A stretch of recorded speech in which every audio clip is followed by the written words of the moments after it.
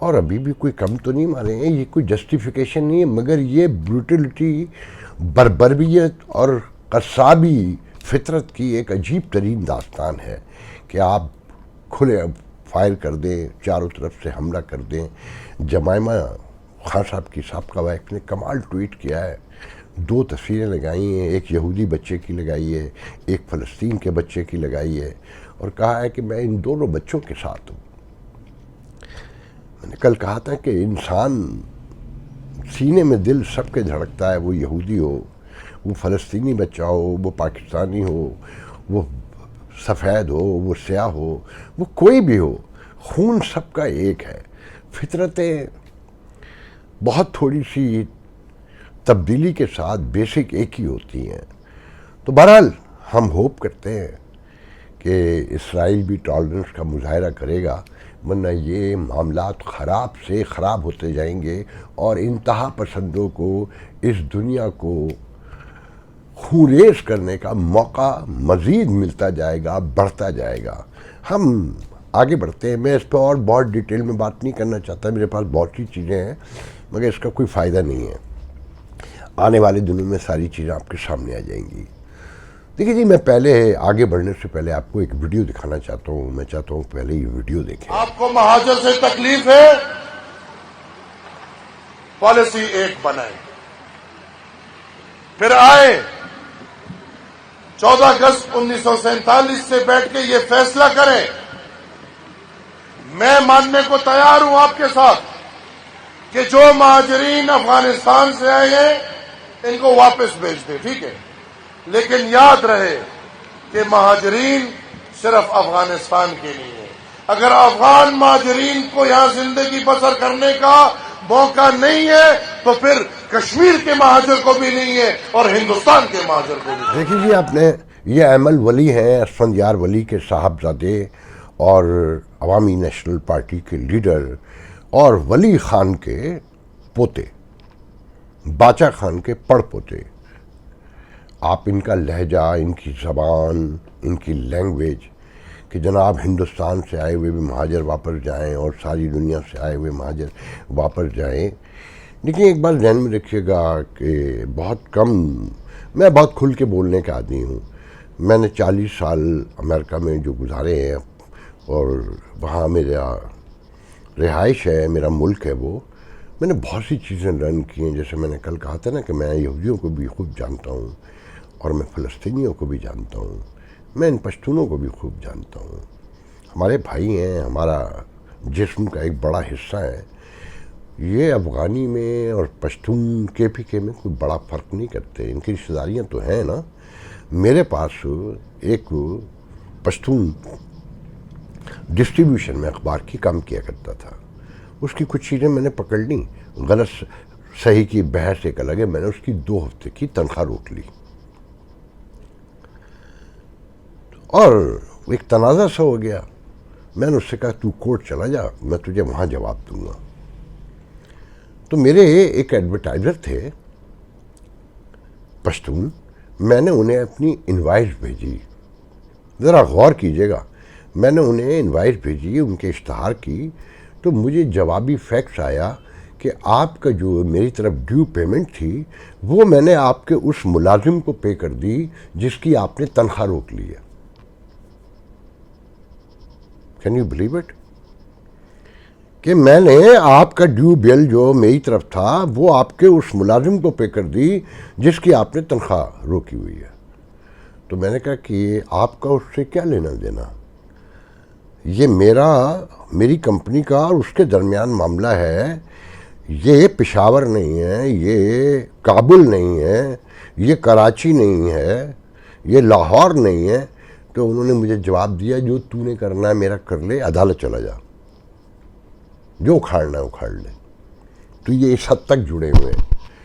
اس وقت میں نے کوئی 4 دن میں درجنوں ویڈیو دیکھے ہیں جو پشتونوں نے اور افغانیوں نے پاکستان کے خلاف کیے ہیں اور اسے ایشو بنایا ہے کہ جی مہاجر بھی جائیں اور پرانے بہاری بھی جائیں اور فلانے بھی جائیں اور جماعتیں بھی جائیں، اور وہ گھٹیا باتیں کی ہیں، اور یہ قومی جماعت کہلاتی ہے۔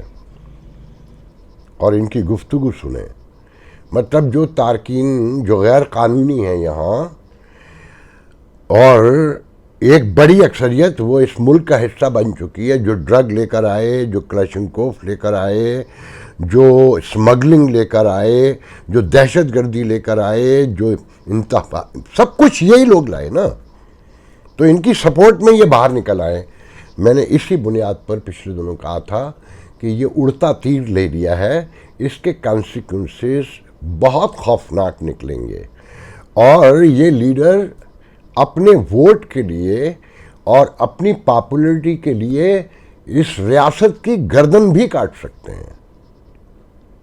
آپ اندازہ لگائیں ان کی ذہنی حالت کا کہ انہیں افغانی جو غیر قانونی قیام پذیر ہیں، جو اس ملک میں دہشت گردی سے لے کر ہر چیز کے ذمہ دار ہیں، ان کی حمایت کرنا زیادہ پسند ہے اس ملک کی سلامتی سے. میں اس سے زیادہ اس پہ اور کچھ نہیں کہنا چاہتا. یہ بہت سینسٹیو مسئلہ ہے، یہ بہت نازک معاملات ہیں. یہ ہیں وہ ریاستی غلطیاں جس نے اس ملک کو یہاں تک پہنچایا کہ نہ سماج کو سمجھا، نہ سماج کی سائیکلوجی کو سمجھا، نہ سماج کی سائیکارٹری کو سمجھا، نہ ضرورت و تقاضوں کو سمجھا، اور چند لوگوں نے کمروں میں بیٹھ کر فیصلے کیے اور سزا پوری قوم بھگت رہی ہے. میں نے آپ سے کہا تھا کہ یہ نہیں نکال سکیں گے، تو یہ نہیں نکال سکیں گے. اور ایک نیا تنازع ان کے اس بیان سے پیدا ہو گیا ہے، اور یہ کہاں تک جائے گا یہ دیکھنا ہے اب ہم نے. اب میں آتا ہوں کہ جناب ڈونلڈ بلوم، ہمارے امریکن ایمبیسڈر جو پاکستان میں ہیں، وہ جیکما آباد میں گئے ہیں کہ سندھ حکومت کے ساتھ مل کر انہوں نے 106 اسکول بنائے ہیں جس میں اگلے سال سے 80,000 بچے پڑھیں گے، جس میں کمپیوٹر بھی ہے، ٹیکنالوجی، اور بڑے اسکلڈ بظاہر. مجھے اپنے ملک امریکہ سے بڑی شکایت رہی ہے کہ پاکستان میں جتنا پیسہ امریکنز نے خرچ کیا ہے کبھی کسی نے نہیں کیا. یو ایس ایڈ تو بہت چھوٹا پروگرام ہے، مختلف حوالوں سے وہاں ورلڈ بینک کو مختلف سب امریکن ہی سپورٹ سے آتا رہا ہے. یہاں تک کہ سعودی عرب بھی ہمیں جو دیتا ہے وہ امریکہ کی مرضی سے ہی دیتا ہے. جاننے والے یہ بات جانتے ہیں. یہاں اربا کھربا کہنا چاہیے کہ فنڈ آتے رہے، اور یہ ریاست کی بیوروکریسی، یہ سیاستدان اور ہمارے ریاستی ادارے کھا گئے. نہ تعلیم پرووائڈ ہو سکی، نہ کاروبار مل سکا، نہ کوئی روزگار سے لے کر صحت، ہر چیز اس میں شامل ہے. دیکھیں، ایک تو امریکنز کی ہمارے ملک کی سب سے بڑی غلطی یہ ہے کہ وہ بتاتے کم ہیں اور خاموشی سے کر دیتے ہیں، اور یہ صلاحیت اور یہ اہمیت اور یہ خصوصیت صرف اللہ تعالیٰ میں ہے کہ وہ دیتا ہے تو اعلان نہیں کرتا، شور نہیں بچاتا، صدائیں نہیں آتی کہیں بادلوں سے یا زمین کی پاتالوں سے، کہ وہ ہم سب کا بلا شبہ انداتا ہے. باقی سب میں یہ خصوصیت ہے اور ہونی چاہیے کہ اگر آپ نے کیا ہے تو بتا دیں. کم از کم عوام کو تو پتہ ہونا چاہیے، پاکستانی عوام کو. یہ بھی بڑی مہربانی ہے کہ پہلی بار خبر چھپی اور بتایا گیا کہ 106 اسکول بن رہے ہیں. کیا اس کے ساتھ کوئی چیک اینڈ بیلنس بھی بنایا گیا ہے کہ یہ اسکول کام کرتے رہیں گے؟ یہ اسکول واقعی ان بچوں کی مدد کر سکیں گے جو پڑھنا چاہتے ہیں صوبہ سندھ میں، اور وہ آخر تک اس پوری تعلیم لے کر ان اسکولوں سے باہر نکلیں گے، یا یہاں بھینسیں بن جائیں گی، باڑے بن جائیں گے اور گھوسٹ ٹیچر ہوں گے جو جاتے ہی نہیں ہیں اسکول؟ سینکڑوں اسکول ہیں سندھ میں. یہ جو جگہ جگہ 8 ڈاکو اور طالبان مل کر لوگوں کو پرچیاں بھیج رہے ہیں سندھ میں، کہ کوئی بہت دلچسپ بات بتاؤں کہ ایک صاحب بتا رہے تھے کہ ایک تاجر صاحب کہ ان کو فون آیا ہے کہ تم ہمارا بھائی ہے، 10 لاکھ روپیہ 5 لاکھ روپیہ پتہ نہیں، مجھے اب یاد نہیں ہے، تم دے دو، اگر تم نے نہیں دیا تو میں تمہیں مار دوں گا. کہا جاتا ہے کہ ایس پی آفس میں، کمشنر آفس میں درخواستوں کے ڈھیر لگ گئے ہیں، لوگوں کے گھروں میں رونے پڑے ہوئے ہیں. یہ کیوں ہیں ڈاکو؟ میں چاہتا ہوں کہ امریکنز اس چیز پہ سروے کروائیں، دیکھیں کہ اس سندھ میں، ابھی ہم سندھ پہ بات کر رہے ہیں، کہ کراچی کے علاوہ حیدرآباد میں کتنی انڈسٹری ہے، اور حیدرآباد کے بعد شوگر ملیں، ان حکمرانوں کی شوگر ملیں اور کھاد کی چند ملوں کے علاوہ اس سندھ کے اندر کتنی انڈسٹری ہے جہاں لوگ روزگار کر سکیں.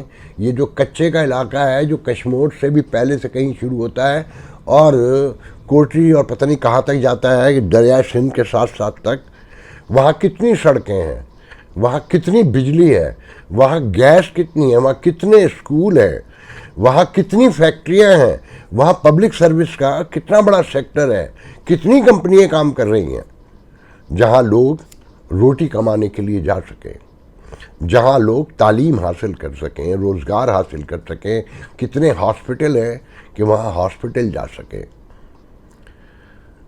تو دوستو، جہاں جہاں میں نے ذکر کیا نا، اندھیرا ہی اندھیرا ہے. لوگ جانوروں کی طرح جی رہے ہیں یہاں، لٹرلی جانوروں کی طرح کہنا چاہیے، کہ کوئی روزگار نہیں ہے پورے سندھ میں. کراچی اور حیدرآباد کے نکل کر سکھر میں شاید 2 بسکٹ فیکٹریاں ہیں، 1 یا 2، اور کوئی بتا نہیں پا رہا مجھے کہ یہاں کس طرح کی انڈسٹری. کوئی انڈسٹری ہے ہی نہیں. 15 لاکھ کی آبادی کا شہر ہے.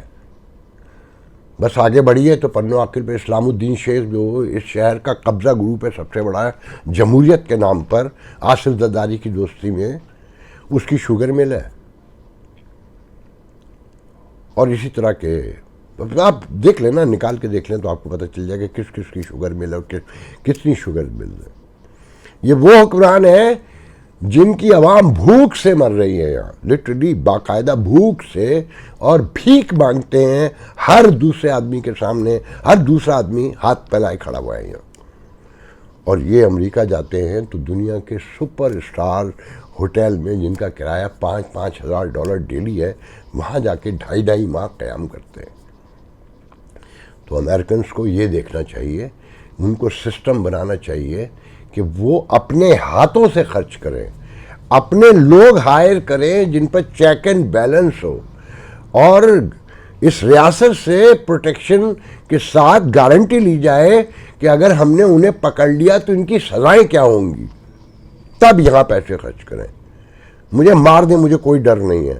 میں یہاں کی غربت، بھوک اور ذلت دیکھ کر، لوگوں کی تکلیف دیکھ کے کانپ اٹھاؤں. مار دیں یہ مجھے، مگر میں امریکن سے ہاتھ جوڑ کے کہتا ہوں، خدا کے لیے انہیں پیسے ایسے مت دینا. یہ لوٹنے کو فرض سمجھتے ہیں اور اپنا حق سمجھتے ہیں. پورا سندھ کھدا پڑا ہے، کوئی سڑک نہیں ہے، کچرے کے ڈھیر. ایسا لگتا ہے کہ کچرے کے اوپر یہ شہر بسائے گئے تھے، اس کے علاوہ کچھ بھی نہیں ہے. تو میری درخواست ہے کہ کونسل جنرل صاحب بھی یہاں گھوم رہے ہیں، ڈونلڈ بلوم بھی جیکم آباد میں موجود ہیں، وہ لوگوں سے ملیں، عام آدمی سے ملیں، تنہائی میں ملیں، پوچھیں کہ یہاں حکمران کر کیا رہے ہیں. تب سمجھ میں آئے گا کہ لوگ ایسے ڈاکو نہیں بنے ہیں. انہیں ڈاکو بننے کی باقاعدہ حالات پیدا کر کے تربیت دی گئی ہے. بہرحال میں آگے بڑھتا ہوں.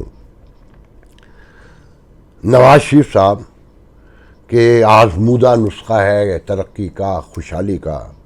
مریم بی بی فرماتی ہیں، میں نے کئی درجن بھر تو نہیں، 6-7 جرنلسٹوں سے لاہور بات کی کہ مریم بی بی کا جو جلسہ ہوا ہے اس پہ پہلی تھو ہو رہی ہے. تو بتایا گیا کہ 800 ٹیبلیں لگائیں گئیں جیسے شادی ہال میں لگتی ہیں، اور ہر ٹیبل کے گھر 10 لوگ تھے، اور 2 کروڑ سے 2.5 کروڑ روپے کی روٹی پکوائی گئی، قورمہ، نان، اور جیسے شادی میں بٹھا کر کھلاتے ہیں اس طرح کھلایا گیا. انہیں ووٹ چاہیے, انہیں کوئی مطلب نہیں ہے. اور ٹاسک دیا گیا, قصور سے لے کے جانے کہاں کہاں سے لوگ آئے, تو وہ مجھے بتایا گیا کہ 500 سے 600 لوگ تو سیکیورٹی والے تھے, کوئی 500-600 کے قریب لوگ جو ہے وہ کھانا پکانے والے, ٹیبلیں صحیح کرنے والے, اور سارے وہ 200-250 میڈیا کے لوگ تھے, جو ڈی این جی, وہ جو گاڑیاں آتی ہیں لائیو کوریج والی, وہ کہنے لگے کہ 1500 سے 2000 لوگ تو اپنی ڈیوٹی کے لیے وہاں آئے تھے, اور پورا حال بھرا ہوا تھا. تو میں نے پوچھا کہ یہ جلسہ گاہ مینار پاکستان بھر جائے گا؟ تو انہوں نے کہا کہ معجزہ ہوگا, پاگل ہوئے ہیں, اور لوگ نام سن کے خار کھاتے ہیں, لوگوں کے حالات اتنے خراب ہیں. اور سب کو دیکھیں, میں نے آپ کو بتایا نا کہ مجھے ایک سندھی سیاستدان نے بلکہ پہلے تو یہ بتایا, میں یہ آپ کو شیئر کروں, کہ بات ہو رہی تھی کہ خاقان عباسی کی نئی پارٹی اس پر. تو میں نے کہا آپ جیسے لوگوں کو ہائی مڈل کلاس ہیں, پڑھے لکھے ہیں, بڑی ہائیلی نالج ہے, پاپولر بھی ہیں, آپ لوگ ان کے ساتھ جائیں. تو کہنے کہ دیکھیں پنجاب کی جتنی جماعتیں ہوتی ہیں تو ان کا تو سندھ ان کے ایجنڈے پہ ہی نہیں ہوتا, ایجنڈے پہ ہی نہیں ہوتا. پیپلز پارٹی کا سندھ ایجنڈا نہیں ہے, اور ان کے ایجنڈے پہ ہی نہیں ہوتا. انہیں تو بس پنجاب کی پارٹیوں کا تو مسئلہ یہ ہے کہ جی وہ پنجاب سے ووٹ لے لیں اور کے پی سے کچھ لے کے کسی صورت اپنی حکومت بنا لیں. اچھا, نواز شریف یہی کرتے رہے. اسی گیپ نے تو خان صاحب کو موقع دیا نا, اور ان کے جو کارنامے ہیں, کیونکہ یہ ایگزوریٹ بہت کرتے ہیں. میں نے ان کو یہاں تک دیکھا, یہ اپنی نمائش اور نمود پہ اتنا مرتے ہیں کہ سنڈے بازار, جو جمعہ بازار لگتے تھے, اس میں بھی دونوں بھائیوں کی بڑی بڑی تصویریں میں نے لگی ہوئی دیکھی ہیں. اور یہ میٹرو سے لے کر, میں بہت بار پہلے بھی بتا چکا ہوں کہ یہ بڑے بڑے منصوبے لگاتے اس لیے ہیں کہ اس پہ نظر پڑتے ہی ان کی شکلیں ذہن میں آئیں. اور ابھی بھی میرے دوست بتا رہے تھے, جونیئر خاص کر, کہ جو میڈیا کور کرتے ہیں, وہ کہتے ہیں کہ خزانوں کے منہ کھول دیے میڈیا پر انہوں نے نواز شریف کی آمد کے موقع پہ جلسے کو کامیاب کرنے کے لیے. کوئی تو پوچھے ان سے کہ کیا اکنامک ایجنڈا ہے, وہ 3 پوائنٹ ہی بتا دیں. پہلے تو بتا دیں کہ جی دہشت گردی کیسے ختم کریں گے, ریکنسیلیشن کا کیا ایجنڈا ہے وہ بتا دیں, اور وہ کون سی آپ کے پاس گیدر زندگی ہے کہ آپ 2017 کے, 2018 کے یا 2016 کے ریٹ پر قیمتیں لے آئیں گے, اور وہ ایسا کیا ہے کہ آپ اتنا کاروبار پیدا کر دیں گے کہ لوگ مطمئن ہو جائیں گے. لوڈ شیڈنگ 20 سال سے جاری ہے. اب مطلب سب کچھ عمران خان نے خراب کیا ہے کیا, کہ گیس جو ہے وہ 1 گھنٹہ صبح آتی ہے, 1 گھنٹہ شام آتی ہے, رات میں آپ چائے بھی نہیں بنا سکتے. یہ 16 ماہ اس کا بھائی وہ شوباز, جس کو میڈیا کے لوگوں نے, جس میں میرے اپنے جاننے والے شامل ہیں, اس کا پوسٹر بنایا, اور میڈیا پہ دولت خرچ ہوئی کہ یہ اس سے بڑا کوئی مینیجر ہی نہیں ہے کوئی. جا کے میں آدھا پنجاب تو, جنوبی پنجاب کا تو میں نے پچھلے دن آپ کو بتایا, دیکھ کر آئے ہوں کہ دم لگانے کی دیر ہے, انسان نہیں بیچارے پورے. اور یہی حالات سندھ میں ہیں. ہر طرف انہوں نے چھوٹے علاقوں میں کوئی کارٹیج انڈسٹری لگائی ہے, کہاں مجھے دکھائیں نا جہاں کوئی 500,000 ورکر روزانہ کام کرتا ہو. یہ 3 شہروں کے علاوہ پاکستان کچھ بھی نہیں ہے, لاہور, اسلام آباد, کراچی, باقی پورا ملک دیہات ہے. یہ سب ایک دوسرے کی ٹانگیں گھسیٹنے میں لگے رہے ہیں, اور اس کی ذمہ دار وہی ریاستی ادارہ ہے کہ ان کو لڑا کر اب خود کو پریویل کروانا, اور اس وقت بھی یہی ہو رہا ہے, کوئی تبدیلی نہیں آئی ہے. اچھا جی, مجھے لوگوں نے کہا کہ جی اسلام آباد ہائی کورٹ نے فیض حمید کو اور باجوہ کو 2 سال کی سروس پوری ہونے سے پہلے بولنے اور انٹرویو دینے پہ کی جو خلاف ورزی بریچ کیا ہے اس پر بلا لیا ہے. کچھ نہیں ہوگا, یقین رکھیں کچھ نہیں ہوگا, کیونکہ طے ہے کہ وہ کچھ بھی کر سکتے ہیں. یہ ممکن ہے کسی ملک میں, کسی سویلائزڈ معاشرے میں, کہ سب سامنے آ گیا کہ کیسے ہائیبرڈ سسٹم بنایا گیا, کیسے رجیم چینج کیا جاتا ہے, کیسے RTL بٹھایا گیا, ہر چیز مان لی نا سب نے. ہاتھ نہیں ڈال سکتے, یہ ممکن نہیں ہے. اب تو سچویشن یہ ہے کہ یہ حالات کہاں تک جائیں گے. دیکھیں ادارے سارے ٹوٹے ہوئے ہیں, کوئی نواز شریف آ کے اسے درست نہیں کر سکتا. پنجاب کے سینٹرل پنجاب کو جیسے لاہور بنایا ہوا ہے کہ جناب آدھا لاہور کچرے کا ڈھیر ہے, آدھا نہر کے پاس سے جائیں تو پیرس لگا ہوا ہے. وہ آ کے پھر پھول کیاریاں لگا دیں گے. جیسے میں نے بتایا نا کہ میں ایک غریب آدمی کو, جس کے بچے کا جوان خوبصورت بچہ 10 سال کا اور انتہائی انٹیلیجنٹ, اس کے آپریشن کی 2 مہینے کے بعد کی یہاں ڈیٹ دی ہے. پنجاب کے ہسپتالوں میں نہیں ہو سکا. بس وہاں پہ پھول لگ رہے ہیں, کیاریاں لگ رہی ہیں, اور گرمی دکھائی جا رہی ہے, سردی دکھائی جا رہی ہے کہ جی یہ کیوں نہیں ہو رہا, ہو کچھ نہیں رہا کہیں. عام آدمی صرف مر رہا ہے سیاست میں, سسک کے تڑپ کے. اس ملک میں پانی بھی باوردی ہو چکا ہے, خاکی رنگ کا پانی آتا ہے. میں نے کل بتایا تھا نا, 10 منٹ تک کھڑے ہو کے تو پانی دیکھتا رہتا, دل نہیں چاہتا کہ نہائے کہ نہ نہائے. آج کے لیے اتنا بہت ہے, انشاءاللہ کل گفتگو ہوگی. اللہ حافظ.